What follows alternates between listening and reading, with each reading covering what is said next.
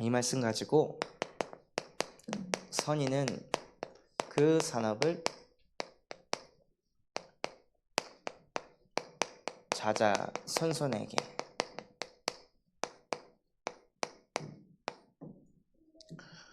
끼쳐도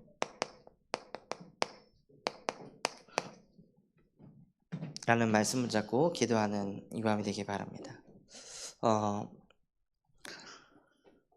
이번 주 강단에서 자자손손에게 그 기업을 끼친다고 했는데요.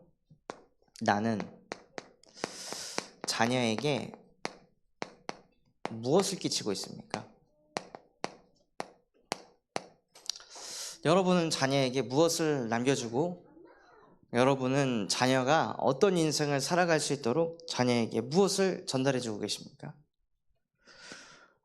이번에 일본으로 교역자 수련회를 다녀왔는데요. 가서 무엇을 느꼈냐면 도쿄 사람들 진짜 착하다. 어느 정도로 착하냐면 저희가 이제 일본어를 모르니까 이 열차가 여기로 가는 게 맞냐 저기로 가는 게 맞냐 이거를 이제 물어보려고 한 백인에게 excuse me 하고 불렀는데 쳐다보지도 않더라고요. 영어권 사람이 아니었는지 대답을 안 해가지고 일본인 사람이 와가지고 자기가 이제 도와주겠다고 이제 영어로 도와줬는데 그 일본인도 영어를 잘 못해가지고 잘 막 못 알아듣고 그러다가 어떤 일본인 여자분이 타고 있던 전철에서 내려가지고 저희를 가르쳐주는 거예요. 근데 가르쳐주고 있는 중에 띠리리링 울리면서 이제 곧 열차가 출발한다는 경고음이 알려지는데 빨리 타라. 이 문 닫힌다니까 시계 보더니 괜찮다 하고 열차를 보내고 저희를 다 가르쳐 주더라고요. 그런 정도로 착한 거예요. 그리고 애 안고 들어가니까 젊은 청년이 일어나가지고 여기 앉으라고 바로 막 자리에 양보해주고. 그래서 일본 사람들이 정말 착하구나. 근데 왜 착하냐? 자기의 부모들이 조상들이 너무 나쁜 짓을 많이 했기 때문에 너무 사람들을 가차없이 죽이고 우리나라가 일본 식민지 시대에 있을 때 거의 사람 취급도 못 받고 짐승처럼 사람을 죽이고 베고 또 다 갈라가지고 이 안에 있는 것들 다 꺼내가지고 자기네 의료 발전을 더 기여하고 막 군인들이 이 성욕을 주체하지 못하니까는 우리나라 그 여자들을 가지고 그 성욕을 풀어내는 도구로 사용하고 오만 나쁜 짓들을 다 했기 때문에 일본 사람들이 회개를 하고 우리는 착하게 살아야 된다. 우리 조상이 너무 무자비하게 사람들을 학대했기 때문에 전 세계에 전쟁을 일으킨 아주 안 좋은 일들을 했기 때문에 자기들이 착해야 된다는 거야. 그러니까 그게 자녀들에게 물려져 가지고 영적인 힘이 없이 착하려고 하니까 사람들이 시달리는 거죠.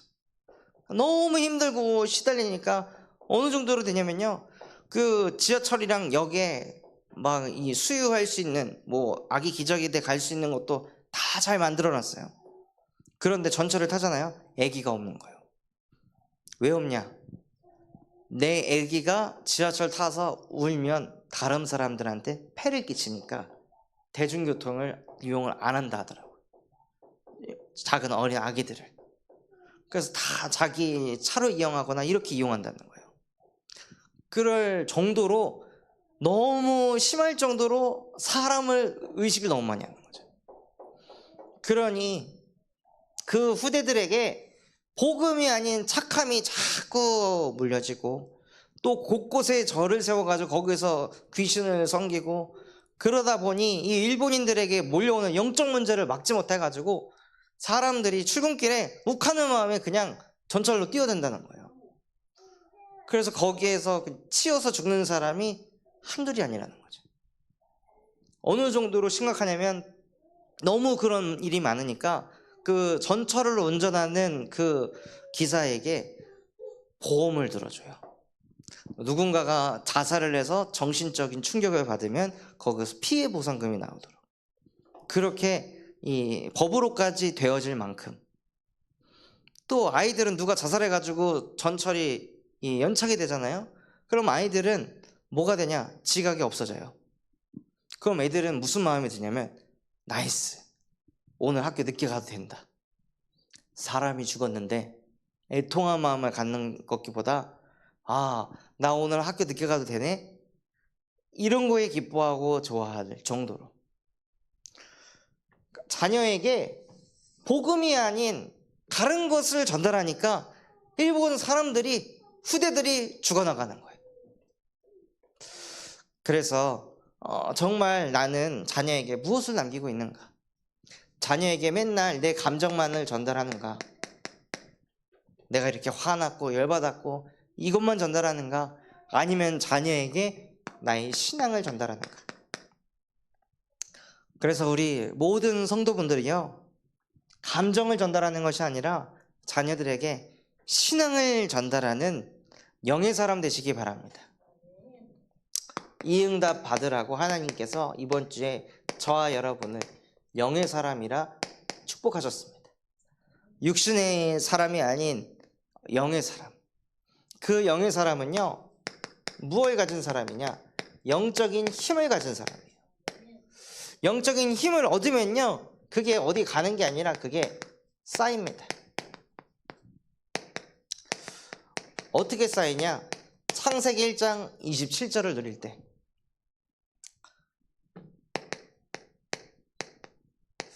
사람이라면 그런 게 있잖아요. 뭔가 누군가에게도 말하고 싶지 않은 나의 문제, 나의 괴로움, 나의 아픔. 저 또한도 그런 게 있을 때가 있었거든요. 뭐 앞으로도 그게 또 찾아오겠죠.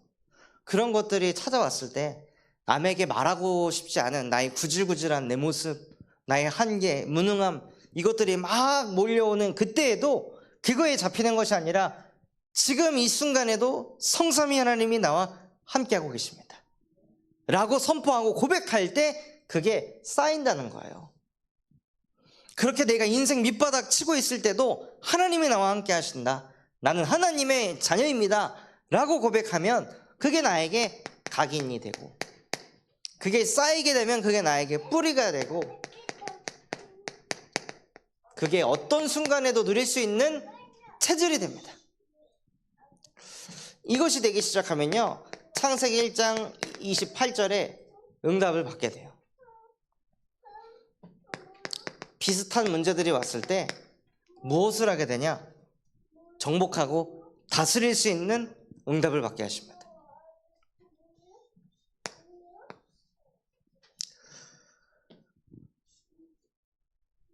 저도 몇 주 전에 극심한 이제 한계를 만나가지고 진짜 평생을 어떻게 이렇게 살지? 막 이런 여러 가지 생각들이 막 몰려오고, 내가 이런데 누가 나의 메시지를 듣고 힘을 받고 은혜를 받을 수 있을까? 누가 나를 통해 살아날 수 있을까? 오만 가지 생각이 막 몰려오면서 이 길은 내 길이 아닌가? 다른 길로 가야 되나? 막 이런 생각들이 막 몰려오는 그때에도 무엇을 하냐면요, 이렇게 불신앙하고 있는 나하고도 하나님은 나와 함께 하십니다. 하나님은 나의 불신앙을 들을 수 있는 분이시고 불평불만도 들을 수 있는 전능하신 하나님이십니다. 하나님, 이렇게 연약하고 부족한 나를 믿지 않게 하시고 모든 것을 이루시고 완성하신 예수 그리스도를 믿는 하나님의 자녀로 살게 하옵소서 하고 선포하고 고백할 때 뭐가 되냐면요, 정복되어지는 거예요. 그래서 이번에 그 수련회를 갈 때에도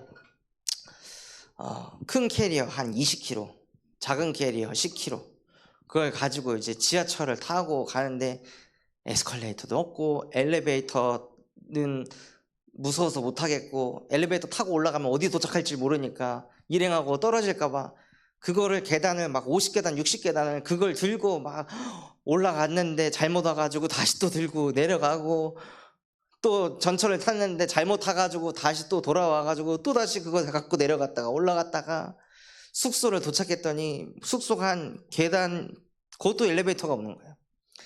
3층인데 공간이 한 요 정도 되니까 캐리어 2개를 몸에 바짝 붙여가지고 그거를 막 탁탁탁 하면서 막 땀 삐질삐질 흘리면서 막 올라가니까 뒤에 이제 김은진 주먹이 막 하면서 막 웃더라고요. 제 모습이 너무 처량해 보였는지. 그래서 오만 이제 불평, 불만, 짜증, 내가 돈 주고 왜 이 개고생을 해야 되나, 이것은 수련회인가 극기훈련인가, 난 여길 왜 왔는가, 막 오만 가지 생각들이 막 몰려오더라고요. 그럴 때도 나는 영의 사람이다. 하나님, 지금도 하나님이 나와 함께 하신 줄 믿습니다. 내 안에 이 치고 들어오는 이 짜증, 분노, 화, 나는 정복하고 다스릴 수 없으나 그리스도께서는 정복하고 다스리실 수 있습니다 하고 계속 비추비추게 하시는 거예요. 그러면서 창세기 2장 10절처럼 만복의 근원이 되게 하시고,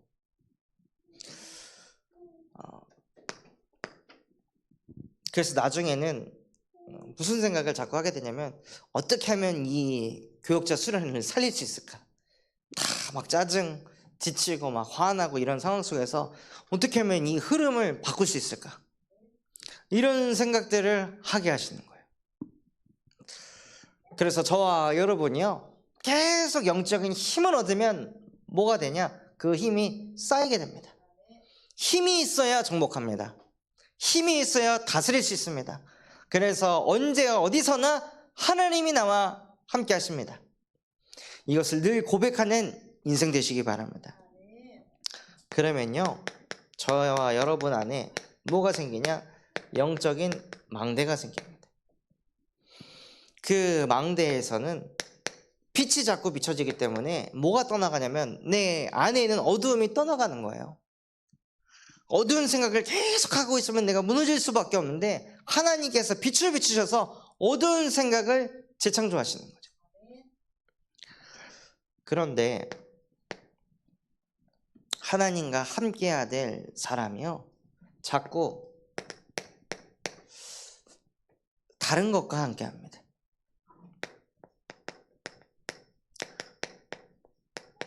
니고데모라는 사람이, 유대인의 지도자라고 불리는 사람이 밤중에 예수님을 찾아왔습니다. 왜 찾아왔을까요?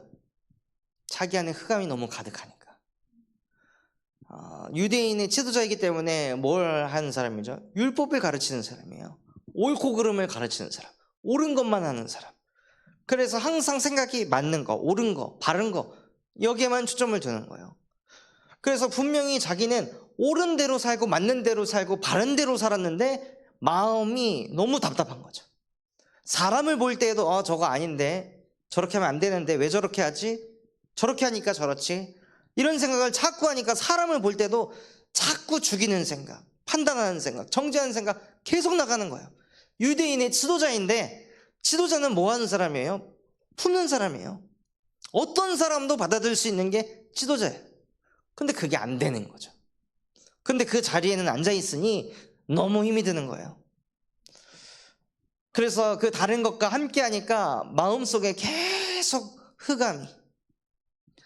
그래서 요한복음 10장 10절에 도둑이 오는 것은 도둑질하고 죽이고 멸망시키는 것뿐이에요. 원래 인간은 하나님과 함께 하도록 창조되었는데 하나님이 아닌 다른 것과 자꾸 함께 하는 거예요.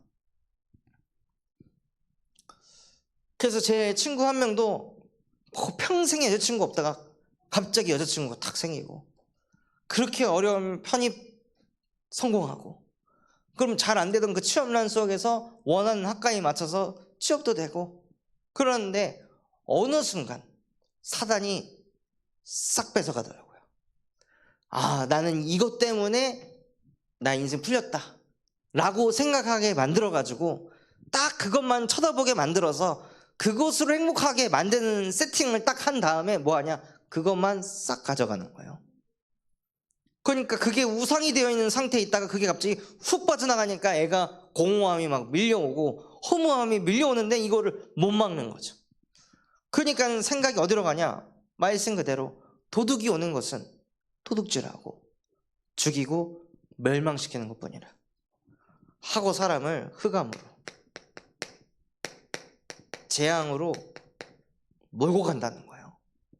그런데 응답받았는데 그걸 안 좋아하는 사람이 누가 있냐 이거예요. 좋은 거 얻었는데 거기에 마음 안 뺏길 사람이 누가 있냐 이거예요. 모든 사람이 좋은 거, 맞는 거, 옳은 거에 마음과 생각을 다 빼앗길 수밖에 없기 때문에 그 누구도 이 사단에서 손안에서 자유할 수 없다는 것을 아시고 하나님께서 창세기 3장 15절 여자의 후손이 와서 하나님이 아닌 다른 것과 함께하는 뱀의 머리를 상하게 할 것이다 하고 뱀의 머리를 흑암을 재앙을 박살내셨습니다. 그것을 무엇으로 하셨냐?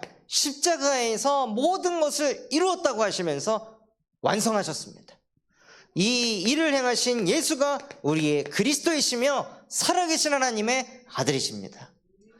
그리스도 아니면은요, 인간이 흑암에서 재앙에서 절대 빠져나올 수 없습니다. 자꾸 다른 것과 함께하고 싶은 이 욕망과 욕구를 해결할 수가 없는 거예요. 이번에 그 한 청년 만나가지고 상담을 하는데 이 청년이 이 도박에 빠져가지고, 근데 이 도박을 하면 안 된다는 걸 아는데 도박을 안 하면 허하다는 거예요. 마음이 너무 공허하니까 도박을 해야 된다는 거예요. 그래서 그 도박해가지고 막 빚더미에 앉았는데 이 문제를 해결하고 또 뭘 하냐? 흑암이요, 이상한 또 생각을 가져다 주는 거예요. 의료용 마약을 팔면 돈을 쉽게 벌 수 있어. 그래서 이 22살 된 이 어린 청년이 병원에 가가지고 다이어트 약을 처방받아서 이것을 텔레그램에 유통시켜가지고 7만 원에서 10만 원씩 판매를 해서 막 돈을 버는 거죠. 이병헌은 저병헌 돌아다니면서 다이어트 약 자꾸 받아가지고 그걸 이제 판매를 하는 거예요. 거기에 이제 뭐 펜타닐인가 하는 마약 성분이 들어가 있어서 사람을 아주 기분 좋게 하는, 그래서 기분이 좋으니까 밥을 안 먹어도 되는 거예요. 식욕이 억제가 되는 거예요. 그러니까 흑암이요, 그런 생각을 계속 가져다 주니까 이 아이의 인생이 점점 재앙으로 가는 거예요. 근데 못 막는 거죠. 그래서 원래 인간은 하나님과 함께해야 행복한 것이다. 저랑 상담 끝나고 나서 또 도박 중독 상담 센터 가가지고 또 거기서 상담하고, 맨날 첫날 상담을 받아도 근본이 바뀌지 않으면, 아니 마음이 공허하고 허한데 그것을 채우지 않으면 어떻게 되겠냐 이거예요. 그래서 그것을 하나님으로 채워야 당신의 인생이 끝난다. 당신에게는 뭐가 필요하냐? 복음이 필요한 것이다 하고 복음을 전하게 하시더라고요. 근데 그 현장에 저 방송실보다 더 작은 그 현장에 둘이 앉아가지고 거기서 복음을 전하는데 너무 감회가 새로운 거예요. 정부 기관에 내가 들어와서 그 정부에서 하는 현장에서 그리스도를 말할 수 있다는 게 너무 감사하고,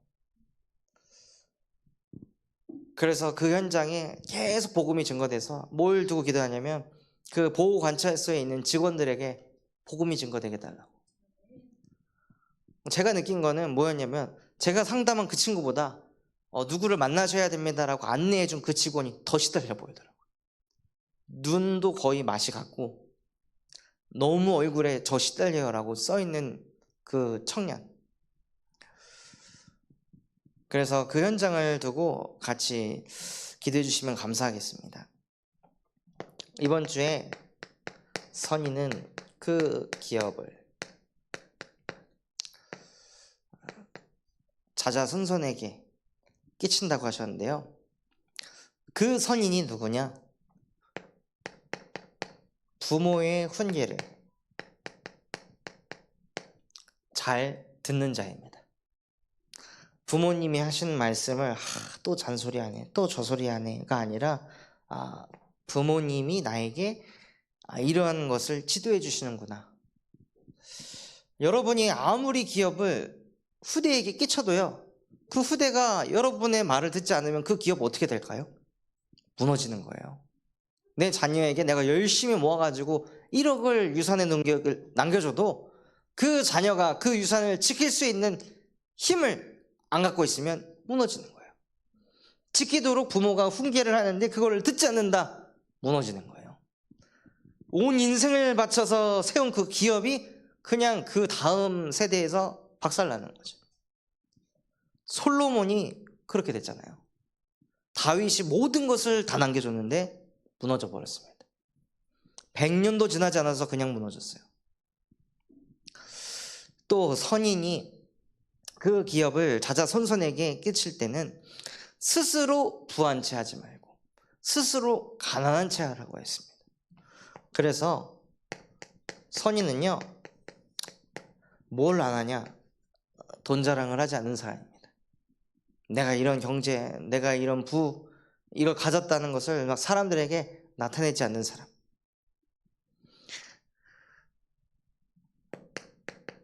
또 선인은 매로 자녀를 사랑하는 사람입니다. 자녀가 잘못된 길로 갈 때 매를 들어서라도 그것을 고쳐줄 수 있는 부모. 아, 얘가 이거 매를 들고 이렇게 하면 얘가 난리를 치지 않을까? 얘가 상처받지 않을까? 상처받는 것보다 늘 지 마음대로 지 멋대로 살도록 방치하는 게 더 나쁜 일입니다. 그렇게 애가 살다가 사회로 나갔는데 지 마음대로 안 되거든요. 지 뜻대로 안 돼요. 그러니까 평생을 지 마음대로 지 뜻대로 살다가 사회 나가서 지 마음대로 지 뜻대로 안 되니까 청년들이 무너지는 거죠. 그러니까 스트레스 받아서 술에, 마약에, 알코올에, 도박에, 음란에, 온갖 것에 중독될 수밖에 없는 거예요. 그래서 자녀를 사랑하신다면 매를 들어서라도, 근데 이미 다 커버린 청년이라면 매를 들면 큰일 납니다. 매가 돌아옵니다. 그 영의 사람이 되면요, 하나님께서 빛의 경제의 응답을 주신다고 하셨습니다. 그래서 이 응답을 주실 것이기 때문에 경제 응답 받을 준비를 하시기 바랍니다. 그것이 무엇이냐면 돈 벌 수밖에 없는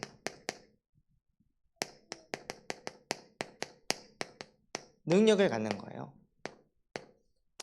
하나님과 함께 하면서 내게 주신 업을, 내게 주신 현장을 전문성을 가지고, 사람들은 그렇게 생각해요. 내가 가정주부인데 내가 돈을 어떻게 벌어? 보니까 벌더라고요. 나는 육아만 하는데 돈을 어떻게 벌어? 보니까 돈을 벌더라고요. 육아를 잘하고 그것을 컨텐츠화 시키면은요, 이제는 돈을 벌 수 있는 세상이 된 거예요. 아이들하고 잘 놀고 아이들이랑 잘 여행 가고 했던, 지금 기억이 안 나는데 그 유튜브 컨텐츠가 너무 대박이 나가지고 그게 이제 막 장난감으로도 나오고 인형으로도 나오고 그런 상태까지 가더라고요. 그래서 나중에는 몇백억을 버는 그런 기업이 된 거예요. 그러니까 지금 시대는 요리만 잘해도, 가사일만 잘해도, 자녀만 잘 키워도 전문성을 가지고 그걸로 돈을 벌 수 있는 시대가 왔습니다. 그래서 내가 어떤 현장에 있다 할지라도 하나님과 함께 하면서 정말 깊이 있는 전문성의 응답을 받으시기 바랍니다. 그리고 돈 잘 불리는 능력을, 또 돈 잘 쓰는 능력을,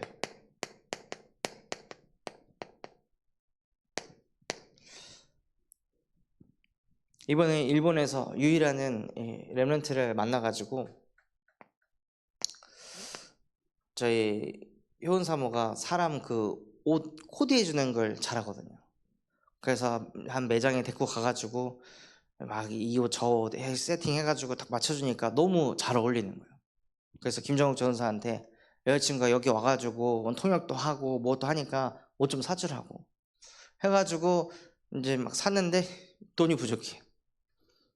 그래서 저한테 이제 돈을 좀 빌려달라고 그래가지고 10,000엔을 이렇게 빌려줬거든요. 그리고 나서 이제 나중에 김정욱 전사한테 돈 주지 말라고, 일본 선교사한테 선교헌금 한 거니까 주지 말고 너무 감사하다고 전해줘라. 그리고 그 유이 청년이 잡은 언약, 또 그 청년의 그 가정의 배경을 다 들으면서 마음이 너무 아프기도 하고, 그런데 그 속에서 내가 이렇게 가정 문제 때문에 무너져가는 사람들, 일본 사람들 살리는 그런 증인이 되고 싶다, 이런 언약을 딱 붙잡았더라고요. 가정 환경이 진짜 와 충격적이다 라고 느꼈는데, 듣는 얘기가 또 다시 해주는 얘기가 가관인 게, 이게 일본에서는 노멀하다는, 평범하다는 그런 내용들을 얘기를 해주더라고요.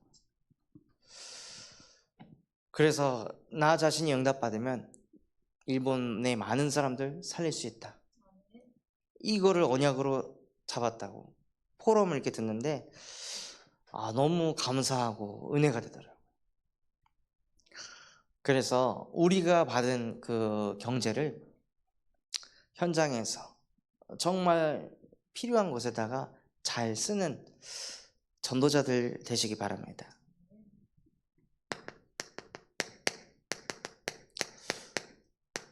그래서 하나님께서는 저와 여러분에게 1000명 기업의 응답을 주시려 하시는데, 그것을 통해 무엇을 하려고 하시냐, 삶노예 속에 있는 사람들을 살리는 그 일에 쓰임받게 하려 하십니다. 프리메이슨의 접신운동, 뉴에이지의 명상운동, 그리고 유대인의 경제운동으로 사람을 사로잡았습니다. 그래서 비욘세라고 하는 크리스찬, 비욘세가 크리스찬이거든요. 그 사람 평소 때는 엄청 조신하고 사람들하고 말도 잘 못 붙이고 이런 상태예요. 근데 무대에 올라가기 전에 뭘 하냐, 명상을 하면서 다른 신을 모셔요. 귀신을 받아들이는 거예요. 그래서 딱 접신이 된 상태에서 무대에 올라가 가지고 그 막 섹시하고 과격한 그런 퍼포먼스들을 하는 거죠. 그래서 비욘세가 직접 인터뷰를 했어요. 무대에 올라가면 내가 아니라고. 그 이름이 기억이 안 나는데 누가 와가지고 내 몸을 움직인다고. 그래서 그런 강렬한 눈빛과 제스처와 소리와 이런 것들이 나가는 거라고 이렇게 말을 하더라고요. 그러면 전 세계를 사로잡고 있는 그 팝 아티스트가 그런 것을 누리고 있으면 사람들이 어디에 관심을 둘까요? 어떻게 하면 나도 접신할 수 있지? 어떻게 하면 나도 다른 신을 모셔가지고 나도 저렇게 세계적으로 성공할 수가 있을까? 그렇게 이 접신을 통해 많은 사람들을 사로잡고 있다는 거예요. 또 명상운동을 통해서 많은 엘리트들이, 세계 엘리트들은 왜 명상을 하는가라는 책이 나올 정도로 수많은 엘리트들이 무엇을 하냐? 명상을 합니다. 그래서 한 뇌과학자는 명상을 해야 내 심박수를 체크할 줄 알고 내 맥박이 지금 강하게 뛰는구나, 내가 지금 호흡이 거칠구나, 이것을 체크할 줄 알면 마음의 안정을 금방 찾을 수 있다고 막 가르치는 거예요. 그래서 명상을 해야 된다. 명상 속에 평안이 있다. 그래서 모든 사람들이 명상을 하는데, 명상에 대해 찾아보면요, 명상으로 인한 후유증들이 지금 막 나타나기 시작합니다. 명상하다가 귀신 들려가지고.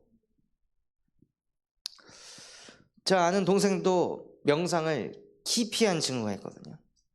명상을 기피하다가 뭘 만났냐, 이걸 만났대요. 점. 눈을 감고 명상을 하는데 뭐가 보이냐, 어떤 점하고 딱 마주쳤는데 마주치는 즉시 공포와 두려움이 쫙 몰려오면서 이 점이 나의 인생의 모든 것을 다 꿰뚫어보는 듯한 느낌을 받아가지고 막 소스라치게 놀랐다 하더라고요. 눈을 뜨고 싶은데 눈이 안 떠지고 막 식은땀 계속 나고 몸이 달달달달달달 떨릴 정도로. 그냥 명상을 통해 내 몸을 체크한다고 사람들은 느끼지만 그 속으로 들어가면 그 뒤에 배경은 흑암이라는 거예요. 그래서 그 다음부터는 다시는 명상 안 한다고, 무서워서. 그래서 이렇게 산노예로 세계를 끌고 가기 때문에 하나님께서는 천명기업의 응답을 주시려 합니다. 또 사단은 무엇을 하냐? 복음을 종교화시킨 거예요. 그냥 교회 형식적으로 다니는 거예요. 오늘도 저기 요양병원 현장 갔는데 이 지팡이를 들고 다니는 어르신이 계세요. 이 어르신이 지난주에 저한테 뭐라고 했냐? 아이, 나는 장로인가, 집사인가, 전도사인가 그랬는데 목사님이었어? 아이고, 몰랐네. 어디서 오셨어? 군산에서 오셨어. 나는 여기 전주에 어디 교회 그 명예권사요. 그런데 내가 헌금을 못해서 미안해요 하고 이렇게 얘기를 했단 말이에요, 지난주에. 근데 오늘 또 갔더니 예배 다 끝나고 나는 장로인가 권사인가 집사인가 누군가 했네. 목사님이었어? 아이고, 그랬구나. 어디서 오셨어? 하고 똑같이 얘기하는 거예요. 그래서 뭐지 이게? 뭐 꿈을 꾼 건가 지난주에? 너무 똑같은 레파토리로 얘기하는데 그걸 저 몇 주 내내 하는 거예요. 안타까운 건 뭐냐? 그분에게 복음이 종교화되니까 복음이 아무런 힘도 발휘를 못하는 거예요. 그러니까 정신도 제대로 못 붙잡는 상태가 되는 거죠. 사지가 멀쩡한데 제가 봤을 때는 이제 치매가 오셔가지고 이 안에 계시는구나. 그래서 진짜 천명기업의 응답을 받아서요, 사람들을 그렇게 그냥 가둬놓고 끝내는 것이 아니라 요양병원에 아프면은 그 아픈 거를 이렇게 도와줄 수 있는 사람들, 그 어르신들 더 오래 살라고 계속 링거 꽂고 주사 맞아가지고 생명을 연장시키는 게 그게 중요한 게 아니라 그 사람들이 하나님의 형상이 회복되도록 만드는 그러한 천명기업이 세워져야 된다는 거예요. 요양병원을 세워도, 노인복지센터를 세워도 그들에게 육체적인 건강만 지켜주는 게 아니라 영을 회복시킬 수 있는 천명기업. 그래서 그 기업을 통해 전도운동을 일으키는 캠프가 일어나도록,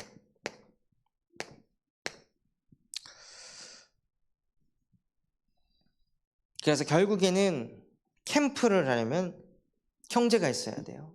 경제가 있어야 사람들이 모여서 식사도 하고, 경제가 있어야 유류비도 있어야 현장도 가고, 경제가 있어야 현장에 필요가 있으면 그걸 또 채워주기도 하고. 그래서 하나님께서는 저와 여러분에게 천명기업의 응답을 주신다고 약속하셨습니다. 그래서 이 약속을 붙잡을 때 하나님께서는 바르게 언약 잡은 한 사람을 통해 응답하셨습니다. 누구냐? 이삭이요. 이삭이 이 언약을 딱 붙잡고 있으니까요, 하나님께서 셈의 근원의 축복을 부어주셨습니다.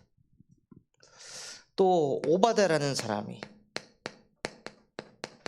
여호와를 경외하는 그 오바다가 자기 먹고 사는 거에 경제를 쓰는 것이 아니라 어떻게 하면 우리 후대들에게 이 복음이 지속되어질 수 있을까? 내가 잘 먹고 잘 산다고, 내가 하나님과 함께해서 지금 이 위치에서 응답받았다고 우리 후대들이 과연 이 복음이 계속 유지가 될 수 있을까? 그 과정 속에 오바다가 100명의 선지자를 남길 수 있다면 우리 후대들이 복음 속에서 살아갈 수 있지 않을까? 그래서 오바다가 바르게 언약을 딱 잡으니까 하나님께서 오바다에게 빛의 경제를 부어주셨습니다.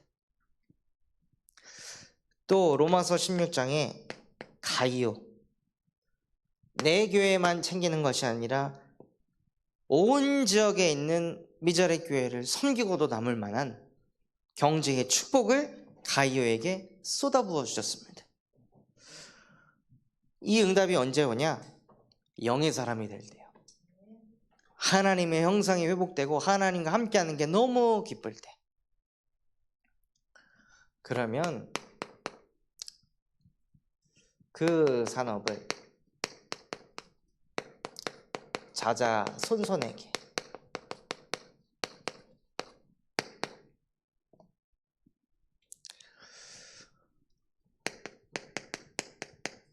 그래서 저와 여러분이 후대에게 남길 것이 무엇이냐? 믿음의 유산입니다. 출애굽기 14장 10절 말씀, 13절 말씀 때와 같이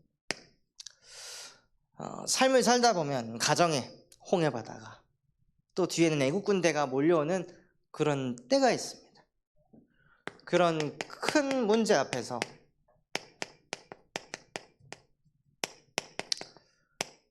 하나님과 함께 할 때, 이거 어떻게 하지 하고 막 벌벌 떠는 게 아니라, 너희는 가만히 있어. 오늘 너희를 위하여 행하는 여호와의 구원을 보아라.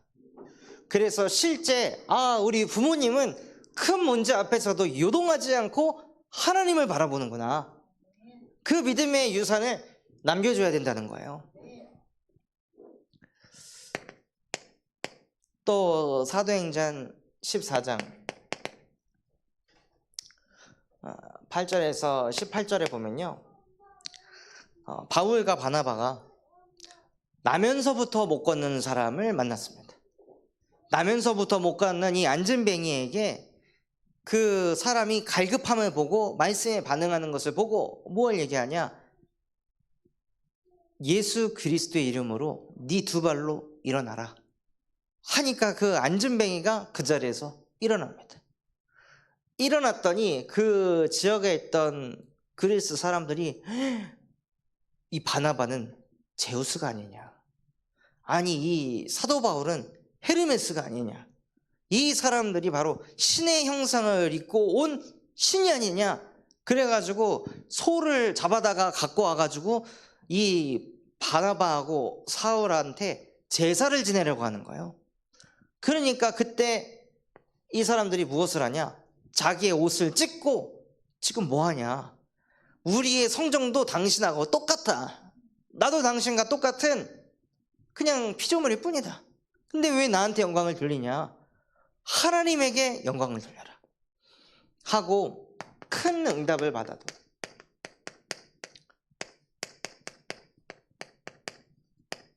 하나님과 함께하는 유산을 남겨야 합니다. 내가 이래가지고, 내가 저래가지고, 내가 이렇게 했더니 아버지가, 엄마가 이런 응답을 받게 됐다, 내가를 남기는 게 아니라요, 이는 하나님이 이 유산을 남겨야 합니다. 또 다니엘 6장 10절에 특별한 때가 아니라 전에 하던 대로, 그냥 우리 부모님을 보면 늘 하던 대로 하나님 앞에 서는 게 늘 보여지는 거죠. 우리 엄마는, 우리 아빠는 진짜 신앙인이야. 이 유산을 남겨야 합니다. 그래서 무엇을 세우셔야 되냐면요, 믿음의 망대를 세우셔야 됩니다. 나 자신에게 먼저 예배하는 망대를.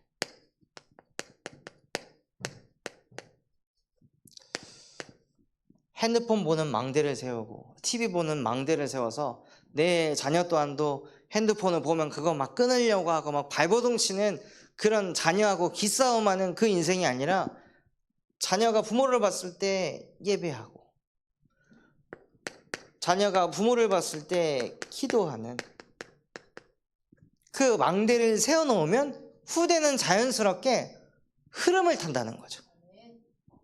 그래서 말씀에도 뭐라고 하셨냐, 길을 들어라, 길을 들고 수축해라, 그리고 그 길을 만들고 나아가라 라고 하셨습니다. 우리가 후대 앞에서 믿음의 망대를 세우면서 예배하고 기도하면요, 후대들이 그걸 따라온다는 거예요. 또 전도하는 망대를. 그래서 우리 부모님은 전도하는 거에 아끼지 않는구나, 전도하는 거에 올인하는구나, 이거를 후대들이 봐야 후대들도 뭘 느끼냐, 전도가 세상에서 가장 가치 있는 일이다, 나도 전도하는 사람 되고 싶다, 이거를 심어줄 수 있다면요, 유산을 제대로 남긴 것입니다. 그래서 진짜 우리가 남겨야 될 것이 무엇이냐면 전도 운동하는 교회를 남겨야 됩니다.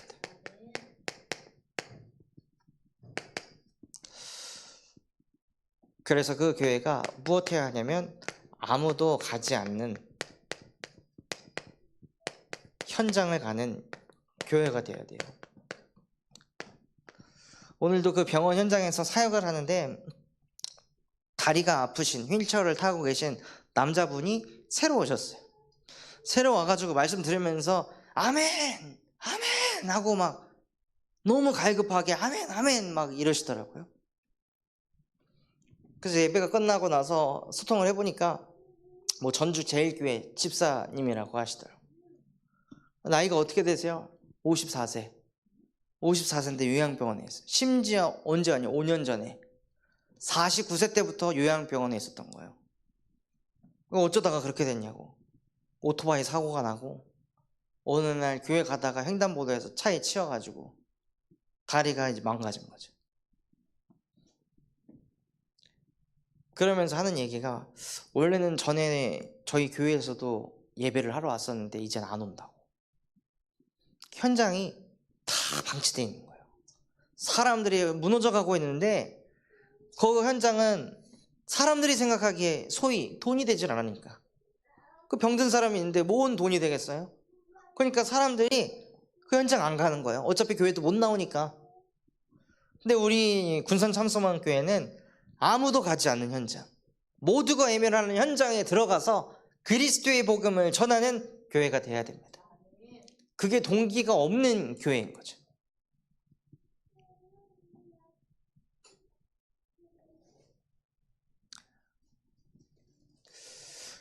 또 뭐 하는 교회가 되어야 되냐면요, 렘넌트 운동하는 교회가 되어야 됩니다. 렘넌트 운동의 키가 뭘까요? 치유입니다. 아이들이요 이미 너무 많이 병들어가지고 교회에 옵니다. 이미 너무 많이 핸드폰에 각인뿔이 체질돼가지고 스마트폰 아니면 못 사는 상태로 오게 됩니다. 지금 저희 교회 오는 유초등부 아이들만 봐도 시도 때도 없이 이거 봐요. 잠깐 뭐 얘기할 때 안 보다가 빈 시간 주어지면 무조건 꺼내가지고 이거 봐요. 24가 세팅돼 버린 거예요. 근데 스마트폰을 많이 보면 볼수록 애들이 어떤 상태가 되냐, 우울증 지수가 높아진대요. 외로움이 더 커진다는 거예요.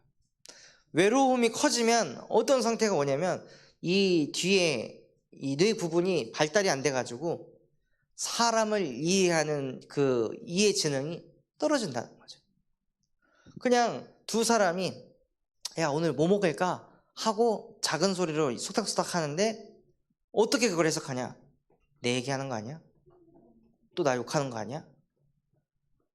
이상하게 해석을 한다는 거예요.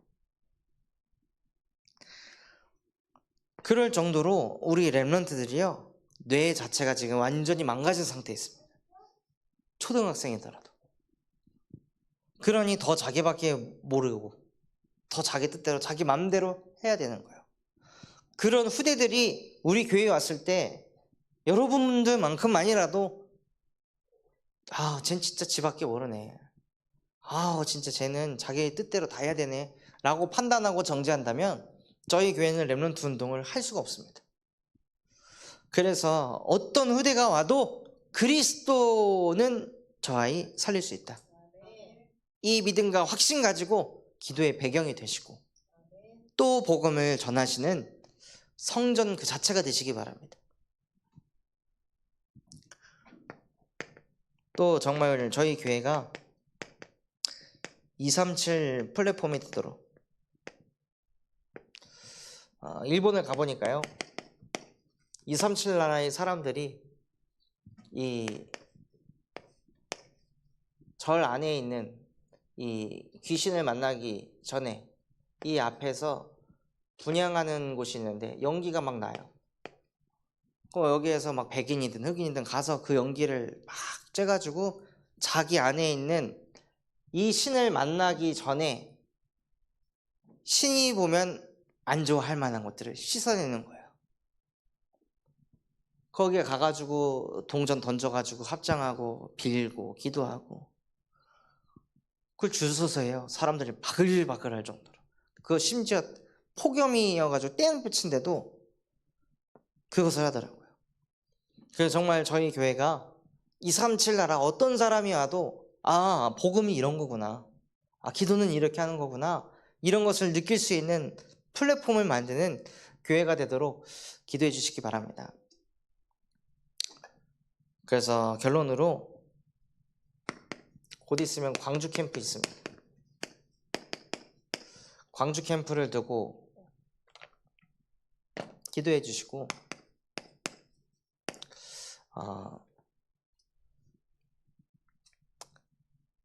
오늘 세계 중독 예방협회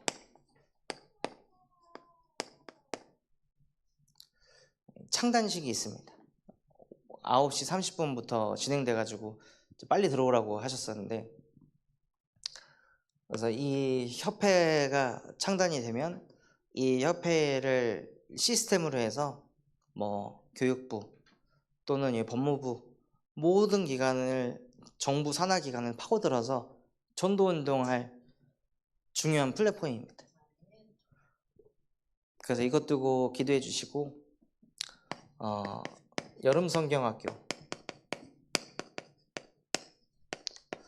각 계층 부장님들께서는 이 여름성경학교를 두고 기도하시면서 저희 교회에서 자체적으로 인도받을 수 있도록, 원래는 이제 여수, 뭐 군산, 광주 연합해서 하려고 했는데요, 이게 엎어졌어요. 그래서 함께 하지 못하게 돼서 저희 교회 안에 자체적으로 여름성경학교 할 수 있도록, 그리고 그 이후에 세계 렘넌트 대회 때 정말로 우리 후대들이 세계복음화를 가슴에 담고 언약을 붙잡는 대회 되도록 합심해서 기도해 주시기 바랍니다. 받은 말씀 붙잡고 합심해서 기도하도록 하겠습니다. 하나님 아버지 감사합니다. 오늘 우리에게 말씀 주신 것과 같이 정말로 나는 자녀에게 무엇을 남기고 있습니까? 자녀에게 짜증을, 감정을, 하나님 그것을 남기고 있습니까? 하나님, 일본의 그 조상들이 많은 그 잘못된 범죄를 통해 후대에게 회개를 남기고 착함을 남겨서 후대들이 죽어가고 있습니다. 정말로 하나님, 후대에게 필요한 것은 하나님의 영상을 회복할 수 있는 예수 그리스도의 복음뿐임을 하나님 알고 후대에게 그것을 전달하는 영의 사람이 되게 하여 주시옵소서. 그래서 실제 영의 사람의 응답을 누리며 하나님이 주시는 그 경제가 사람을 살리는 빛의 경제가 되게 하여 주시옵시고, 하나님 정말로 천명기업의 응답을 받아 삶 노예 속에 있는 시대재앙을 막게 하여 주시옵소서. 캠프를 지속할 수 있는 빛의 경제를 쏟아부어 주시옵시고, 그 응답을 하나님 능력으로 받은 것이 아니라 바르게 언약 잡은 한 사람 이삭, 오바댜, 가이오를 통해 하나님께서 이루셨던 것과 같이 하나님 정말로 이 시대에 바르게 언약 잡은 중직자 한 사람 일어날 수 있도록 은혜를 베풀어 주시옵소서. 하나님 정말로 우리의 인생이 우리 후대들에게 믿음의 유산을 남기게 하시고 믿음의 망대를 세우게 하시고 전도운동하는 교회를 남길 수 있도록 은혜를 베풀어 주시옵소서. 광주 캠프 또한 세계 중독 예방협회 또한 여름성경학교 세계 렘넌트 대회 하나님의 모든 행사들 또한 시스템들을 하나님이 축복하셔서 정말로 사람 살리는 후대 살리는 호세오의 응답을 누리는 여정이 되어질 수 있도록 은혜 베풀어 주시옵소서.